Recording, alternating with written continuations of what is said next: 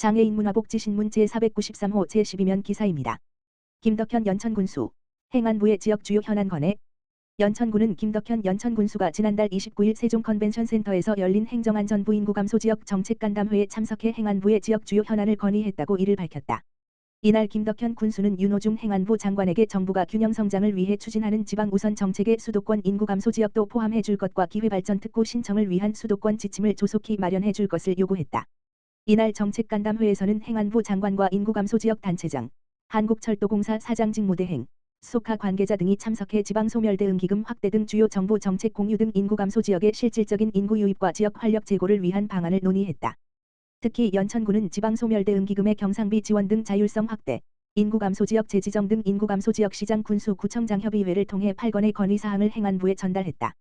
김덕현 연천군수는 특별한 희생을 감내하고 있는 인구감소 지역이자 접경지역인 연천군, 가평군, 강화군, 옹진군 수도권 4개 시군이 범정부 차원의 지방소멸 대응 정책에서 소외되지 않도록 행안부가 정책적 연계성을 유지해 줄 것을 당부드린다면서 올해 안에 연천군도 기회발전 특구를 신청할 수 있도록 지침을 조속히 마련해 중앙과 지방, 민간이 함께 만드는 인구감소 지역의 희망찬 내일을 기대한다라고 말했다.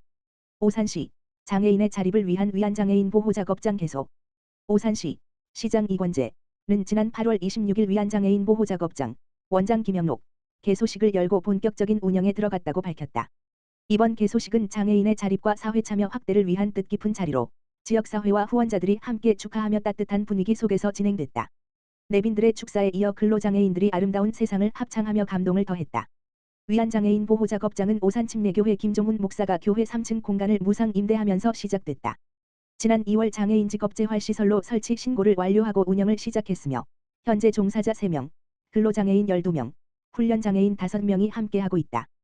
또한 개인 후원자 57명과 단체 후원자 6곳이 든든한 지원군으로 힘을 보태고 있다. 특히 보호작업장은 카페 사업을 운영하며 세계 각국의 원두를 엄선한 스페셜티 커피를 판매하고 있다. 이를 통해 장애인의 일자리 창출과 자립을 지원하고 있으며 나눔의 커피라는 의미로 지역사회에 큰 호응을 얻고 있다. 운영법인인 사회복지법인 세교복지재단 김종훈 대표이사는 장애인분들이 지역사회 안에서 당당하게 일하고 또 함께 어울릴 수 있는 공간이 마련되어 기쁘다며 앞으로도 지역과 함께하는 따뜻한 일터가 될 수 있도록 최선을 다하겠다고 말했다. 이권재 오산시장은 보호작업장이 단순한 보호 고용을 넘어 전문적이고 자립적인 일자리를 제공하는 공간으로 자리매김하길 바란다며 장애인의 경제적 사회적 자립을 위한 든든한 발판이 될 수 있도록 노력하겠다고 전했다.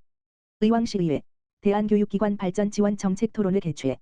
의왕시의회, 의장 김학기는 지난 29일 의왕시 대안교육기관 발전 및 지원을 위한 정책 토론회를 열고 대안교육기관의 지원 정책과 발전 방향을 모색하는 시간을 가졌다고 밝혔다. 이번 토론회는 지난 1월 대안교육기관에 관한 법률 개정과 경기도교육청 대안교육기관 지원 조례 제정을 계기로 마련되었으며 학생, 학부모, 교사 등 70여 명이 참석해 열띤 논의가 이어졌다. 첫 번째 토론자로 나선 박민영 대안교육연대 정책위원장은 대안교육기관과 학교 밖청소년 지원의 주체로서 교육부 교육청 지방자치단체의 책임과 의무를 강조하고 의왕시 교육경비 보조에 관한 조례 개정, 대안교육교사 처우 개선비 및 수업료 지원 방안을 제안했다. 이어 이지용, 청계자유발도르프 학교, 최재희, 더불어가는 배움 덕일 학생은 대안학교 학생으로서의 현실과 학업진로 선택의 어려움을 이야기하며 학생들의 교육권 보장을 요청했다. 박선옥 의왕시 체육청소년과장은 의왕시의 대안교육 지원 현황을 설명하고 안정적 운영을 위해 재정 지원 확대, 교사 처우 개선비 지원, 조례 개정 등 제도적 보완을 추진하겠다고 밝혔다. 또한 최문혜 학부모, 더불어가는 배움 덕일 는 대안교육이 학생들에게 긍정적인 성장을 이끌고 있음을 강조하며 교사 인건비와 운영비를 포함한 실질적 지원 정책이 필요하다고 제안했다. 좌장을 맡은 김태흥 부의장은 급변하는 교육 환경 속에서 학생들의 다양성과 자율성을 존중하는 대안교육은 선택이 아닌 반드시 함께 고민해야 할 공공의 과제라며 의왕시의회는 대안교육기관의 지속 가능성과 공공성 강화를 위한 정책을 적극 추진하겠다고 말했다. 의왕시 척수장애인협회, 부곡동 지역사회보장협의체, 장애인식 개선 캠페인 전개. 4. 한국척수장애인협회 경기도협회 의왕시지회, 회장 김현성와 의왕시 부곡동 지역사회보장협의체, 민간위원장 전영배는 지난 26일 부곡 도깨비시장에서 장애인식 개선 캠페인을 실시했다.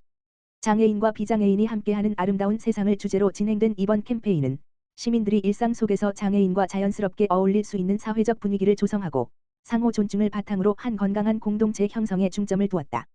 현장에서는 장애인에 대한 편견을 해소하기 위한 악스 퀴즈, 본행백 증정, 건강상담 등이 진행됐으며 척수장애인협회 회원들과 지역사회보장협의체 위원들이 직접 거리로 나서 시민들의 적극적인 관심과 참여를 이끌었다. 김현성 회장은 올해도 부곡동 지역사회보장협의체에서 캠페인 활동에 함께해 주셔서 감사드린다며 이번 캠페인을 통해 장애에 대한 인식이 올바르게 자리 잡고 장애인을 향한 배려와 존중이 일상 속 문화로 정착되길 바란다고 말했다. 전영배 민간위원장은 장애인과 비장애인이 서로 도우며 함께 살아가는 따뜻한 지역사회를 만들 수 있도록 앞으로도 척수장애인협회와 협력해 다양한 봉사활동을 지속해 나가겠다고 전했다. 연천사랑 상품권 인센티브 15% 상향 월 구매 한도 200만 원. 연천구는 다음 달 1일부터 연천사랑 상품권 인센티브를 기존 10%에서 15%로 상향한다고 29일 밝혔다. 연천사랑 상품권 이용자들은 연말까지 월 최대 200만 원까지 구매할 수 있으며 인센티브 혜택으로 최대 30만 원의 경제적 이익을 누릴 수 있다. 이번 조치는 행정안전부 국비 지원이 인구 감소 지역의 경우 기존 5%에서 10%로 증액된 데에 따른 것이다. 구는 이번 인센티브 상향을 통해 가계 구매력 회복, 축제의 계절인 가을 지역 상권의 활력, 연말 소비 진작 등 소비 수요를 적극 견인할 방침이다. 특히 경기 침체와 고물가로 어려움을 겪는 지역 소상공인들에게는 실질적인 매출 증대 효과를, 군민들에게는 생활비 절감과 지역경제 선순환 기여의 기회를 제공할 것으로 기대된다. 군 관계자는 연천사랑 상품권 혜택 상향은 가을철 경기 회복에 그치지 않고 연말까지 지역경제 전반에 활력을 불어넣을 것이라며 많은 군민이 지역화폐를 적극 활용해 지역 상권과 함께 소비문화 확산에 동참해 주시기를 바란다고 말했다. 오산시 제37회 오산시민대상 수상자 선정. 오산시 시장 이권재는 지역사회 발전에 크게 기여한 4명을 제37회 오산시민대상 수상자로 선정했다고 26일 발표했다. 올해 수상자는 지역사회발전부문 김동희씨, 경제안전부문 황태경씨, 사회복지부문 유혜숙씨, 문화체육부문 김경순씨 등 총 4명이다. 김동희 61세 씨는 장학금 기탁과 기부활동, 보훈단체협의회장, 유엔군 초전기념관장 등 직책을 맡으며 나라사랑과 주민화합에 앞장섰다.